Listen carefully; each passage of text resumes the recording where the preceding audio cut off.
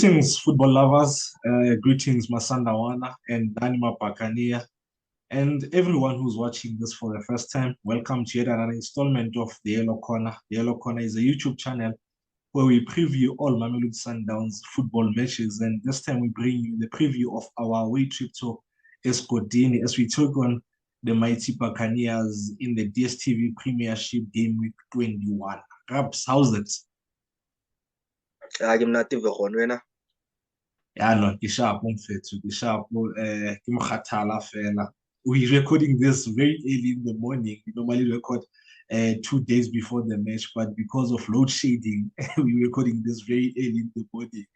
The game is tomorrow, so yeah, it is what it is, man. Yeah, without wasting any time, let's get straight into it, Dubs. Is the points gap between the two clubs a true reflection of how far they are apart? I mean, the gap is 24 points, eh? Yeah, no, I think these are two big teams. One wouldn't expect the gap to be this big, considering that the type of players that these two teams have. You look at the squad of Orlando Pirates and you look at the squad of Mamelodi Sundowns. As much as we have the quality, but I think Orlando Pirates is close to us. So I think with the points, I think they reflect how these two teams perform inside the field of play. But still, again, I'm expecting a lot from Orlando Pirates, considering the squad that they have, and also comparing with the squad that we have as well. I think it's a true reflection. Maybe the Pirates squad is not as good as we think it is, because on paper it really looks good. Instead of the gap closing from last season, it is seemingly widening. So that tells you a lot. If for 2 seasons you can't have gap against teams that are your rivals opening, it should be closing instead. And you know what they always say about the log table, or it never lies. The log table never lies. It's not like a cup competition where okajiwaki team ya ABC multiple league, you know. I think it's a true reflection of how apart these teams are. And I think it says a lot about not just the depth, both, but also the coaching that happens at these two clubs. I'm not undermining what's happening at Rand Stadium, but seemingly what's happening at Klokop, the cooking there is much better than the cooking happening go Rand Stadium. Yeah. Perhaps this is a big game. This is a category A game. This is a game where that supporters look forward to.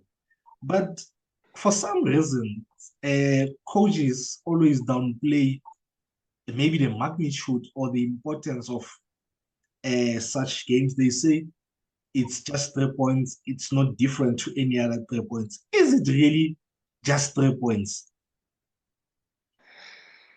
I think there's a lot at stake. Obviously, the pride. And remember, after the defeat against Orlando Pirates in the MTN 8, we had to reshuffle our technical team. So this is a big game, but it is a one-sided fixture where we know what will be the outcome. As much as it is a big game, but as much as it is the big game, but we know the outcome of the game already. Hey man, okay, please give me Powerball numbers since you know the outcome of the game already. Eh? Yeah, and for me, it is 3 points, but it's a different type of 3 points. A win for you, a defeat brings into pressure to the team that you've just beaten. You know, we don't like to lose to Orlando Pirates. We've won the 13 games in a row. Ne? I can guarantee you now a defeat against Pirates tomorrow will have some people calling for coaches to be fired, players to be put on transfer. Like that's just it wouldn't happen any other game apart from Chiefs and Pirates. So I think it's not just 3 points. This type of 3 points, it changes even the mood in camp. You know, a defeat thing or a win thing, it changes a lot of things. So I think yes, it's 3 points on the table, but the impact that this 3 point has, it's different to any other 3 points that you might win from a different match. Raps, there's a player at Pirates who's been doing really, really well in Monnapule. He's been really, really impressive. How impressed have you been by him? Because for me, I think he's been one of the top performers in the league this season. The one thing that I love Monnapule is that he affects game. He will either score or assist. That's what he does. His stats are really good. And in some games, you find now teams have to double team on him. And that tells you about the type of player that he is, because I don't think uh, when Pirates plan for us, they plan for the whole team, but there's a specific player that they will plan for. I think with planning for Pirates teams, they now focus more on Monnapule Saleh. Yeah? And I also checked the statistics that I found. I'm not sure about how accurate they are. More transfer market. They say in the league he started 10 games, and then more what do you call this? More MTN 8. He started 3 games.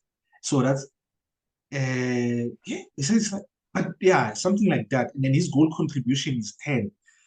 Pirates have played 18 league games, and I think I've seen Monnapule start almost a majority of those games. But your thoughts on him? I think he has done very well so far. In the MTN 8, he played a huge role, helping Orlando Pirates obviously to win the MTN 8. But as much as he's doing well, but my biggest worry is that he's doing well, but I'm asking myself if it happens that he misses 2 or 3 games, what will happen to Orlando Pirates? Because of it looks like they rely on him a lot, and that is what you don't want to see. Because of if the player gets injured or miss a couple of games, then you will really miss him a lot. But with the absence of Lodge and Vincent Poole, I think he has done very well. Yeah, no, he's really done well. Speaking of him, man, there's been talk on the Twitter timeline, the contenders for player of the season and stuff like that. Do you think Rona Sundown supporters, because of the quality in our squad, we look down on other players, good players from other teams? Because I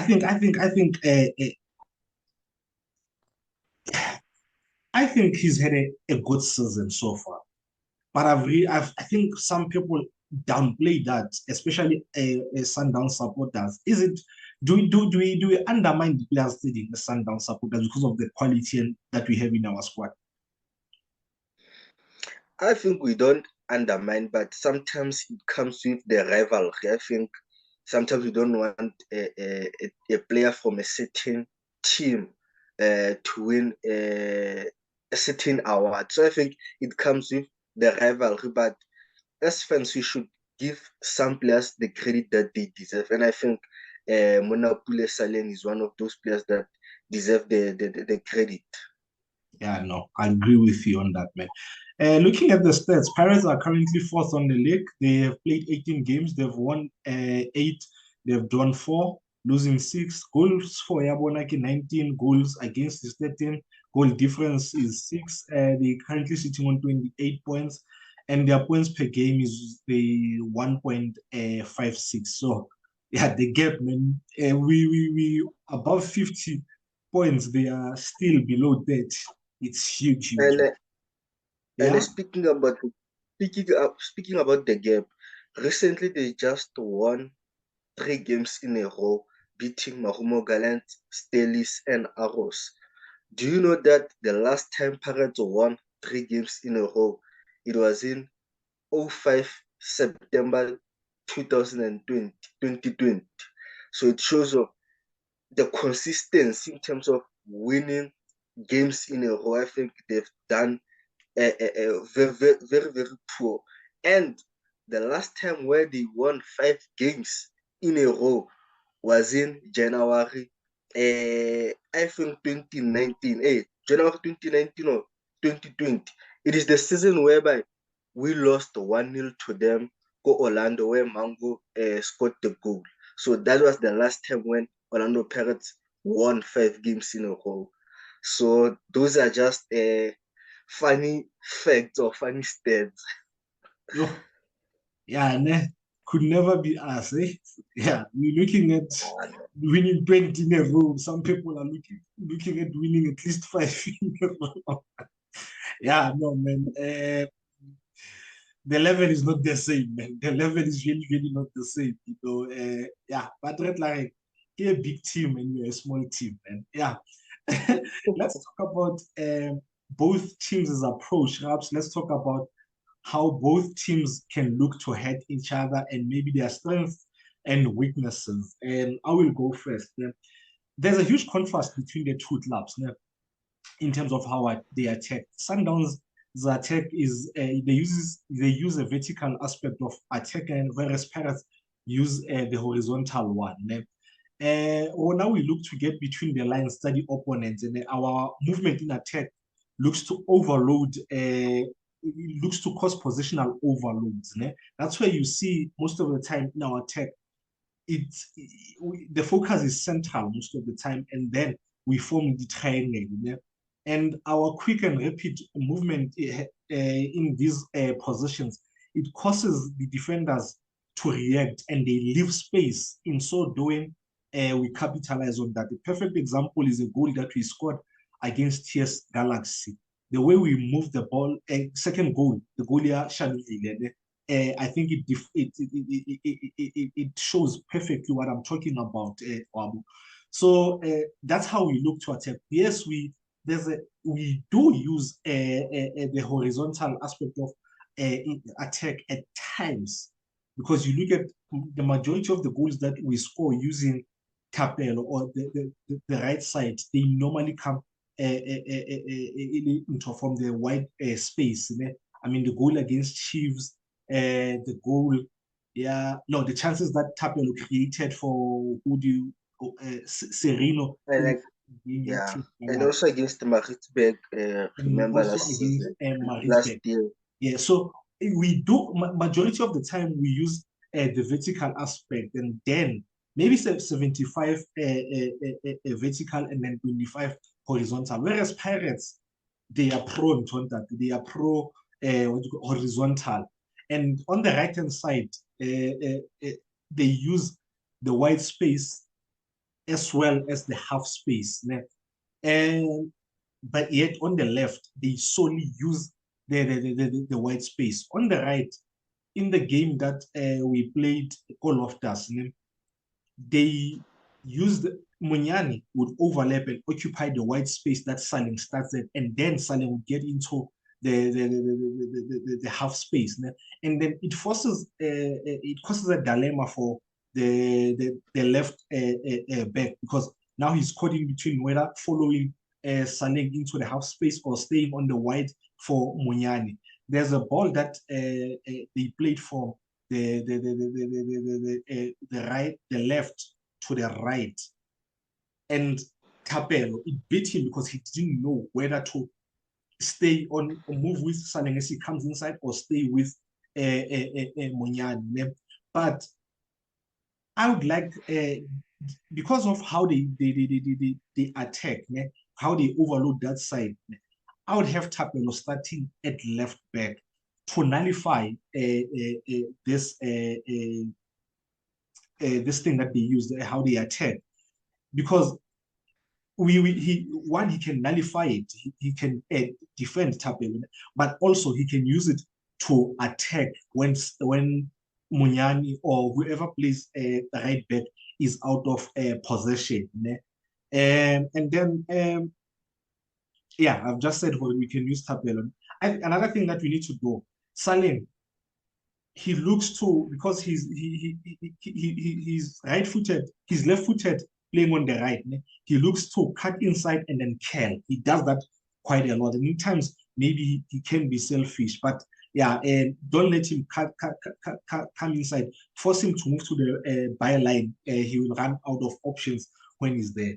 They also always man mark Shiga in every game that we play against them. They have team following Shiga everywhere. But we always use it to our advantage, because sometimes Shiga drops deep and then he forces a team to follow him, leaving space behind. In the game at Loftus, they couldn't go anywhere, they couldn't get anywhere close to our eights, who are as good as tens at times. And we kill them at space so that they would live with focusing on Shiga. And then one final point from my side is that Pirates, they are not press resistant. You press them high, you win the ball, you are in on goal. Yeah. Your side? Yeah, no, I think you are spot on. And I want to say that their biggest weapon, I think it is on the wide channels. The amount of chances that they create from their width. It can be from Salem as a winger, or from their fullbacks, which is Shandu or Mayela. But one thing that I observed about Orlando Pirates, they're also a team that likes to build up from the back. And what I've noticed is that when the center back passes the ball to the middle fielder, already their fullbacks, they've already pushed up high in the center line. And the advantage is that when you dispossess them or intercepted the ball, that means they are only left with two defenders, which is their center backs, because of already their fullbacks are high up in the pitch. And you look at the second goal that we scored, where Mbule intercepted the ball from team. It was difficult for them to recover and win the ball back, because of already we outnumbered them, because of they left with only two defenders at the back. And also what I've picked up is that the movement of Zugamanja recently, he plays way different than Kemit. Kemit is a type of striker that will drop too deep to collect the ball, and it becomes too the space between our center backs, there's no one there. But with Zugamaj, he plays on the shoulders of the defenders. You look at the goal that he created against Mahumo Gallant. He made a beautiful run where he peeled off from the shoulder of the defender into the back of the defender. So that's what you want to see from a striker. And also I want to speak about them having 2-8 recently with the formation that they play. I think that position will be suitable on how they play against Mamelodi Sundowns, because of they would want to cancel out in the middle field. Maybe their two number 8 will try and to cancel our two number 8. So I think in the middle of the pack, I think it is where the game, I think, will be lost and won, like how most of the journalists or analysts would say. You know what I picked up, perhaps the reason why you see Kemet maybe at times drops deep. I think it's because Pirates don't have necessarily have play or have a proper number 10. They don't have a Tembazwani, they don't have a Sereno, they don't have even a Neo Maema. So the creativity in that's like in that zone 14 area, they lack. Hence, I mentioned in terms of the attacking aspects of both teams, that they use the wide channel, the horizontal channel, and we use mostly the vertical, because we have skillful players who can so we can use the central part of the pitch to attack. I think because in the game that we watched together, Yabonale Gallants on Saturday, the gap. Remember, I said to you, I feel like there's too big a gap between Zukamanja and then their middle fielders. I think it became because remember when they started, Kimang Ufano and David Tonyo. Kabelo Flamin. Kabelo was the nearest to Zukamanja, but they altered it a bit, and then Ndlondlo Yaba the nearest, and I think it became a bit better when they did that. Yeah, Rabs, let's talk a bit about Sundowns. In the last two games that we've played in the league, to show who we have a lot of different build-up schemes. We changed it. How we restarted a game. Jali would stand there, Onyango passing the ball, and then we'd come out. Whereas most of the time when we play Ronwene le Tebza as 6 year old, Ronwen would either pass it to the two center backs who would have spread, or pass it straight to Tebza. When he passes to one of them, they will play to Tebza. Why do you think we build up differently with Jali as a 6 and Onyango starting, and then Ronwen and with Tebza as a 6? I think, first of all, Onyango's distribution, I think it is not one of the best we have in the team. So I think it is one of the reasons that when we restart the ball, Jali has to be aside to him so that we have a good build up. But with Andile Jali, we know that he can progress with the ball from the back into the middle very fast, and he's always aware with what's happening around him and his ability to pass. And one thing that I think we are trying to do is that we give the ball to Jali and we draw the forwards and the middle field of the opponents to come closer to us, and they leave the space. And I think Andile Jali is always aware of that space behind the opposition. So I think it makes sense that when Jali starts, he restarts the most of our plays because of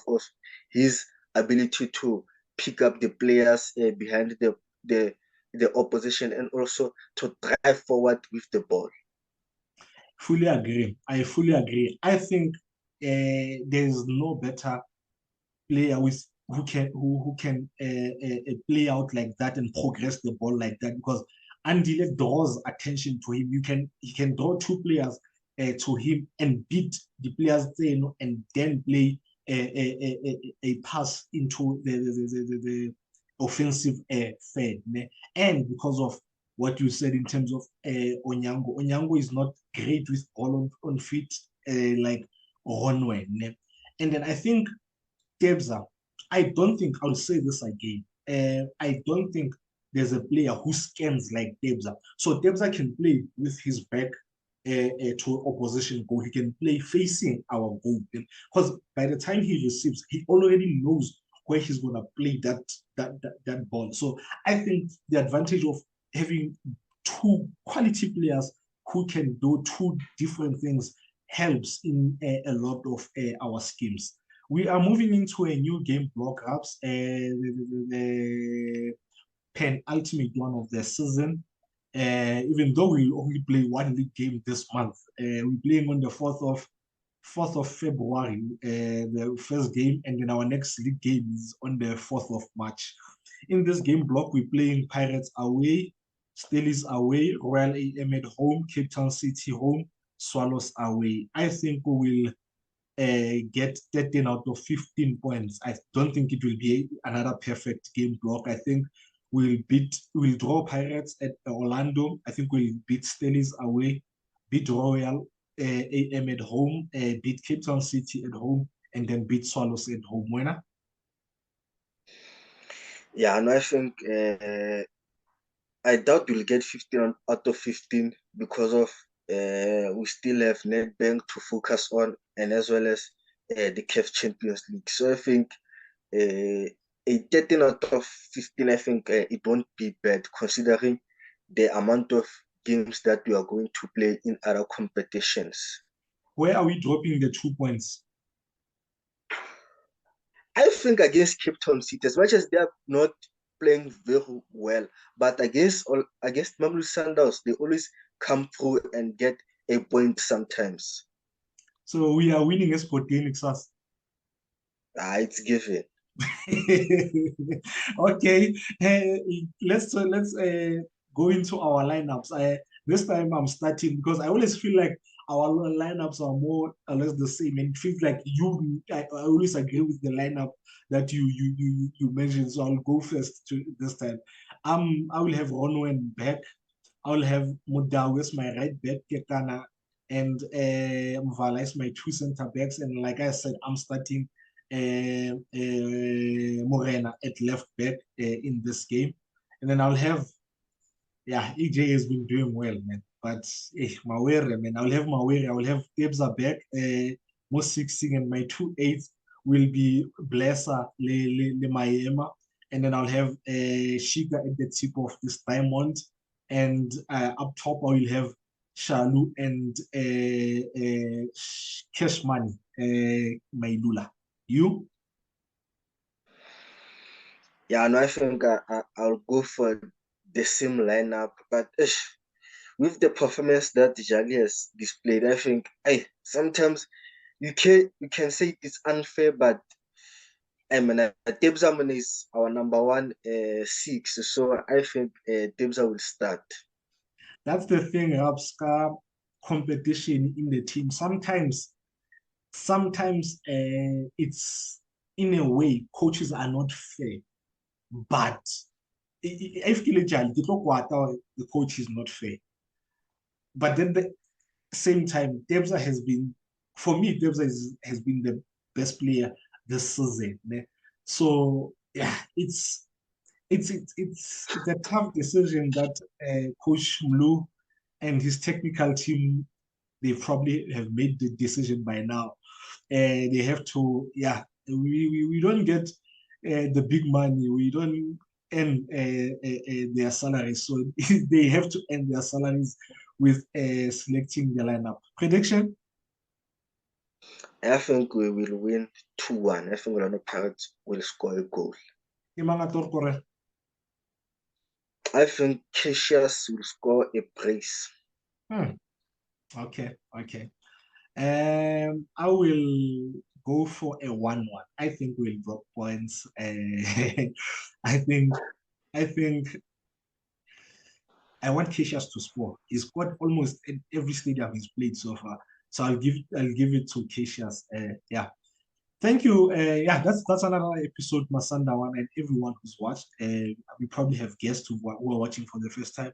Please come back again. Please subscribe and click on that notification bell so that every time we drop, you get that notification. And next time you see us will be on Monday as we preview our Nedbank Cup. Last 16 or last 32? Yeah, no, it last 32. Yeah, last 32 match, a Nedbank Cup fixture at home against the Natal Rich Boys, Richards Bay. Until then, sharp Masanda Wana, sharp Ndogish. Sharp.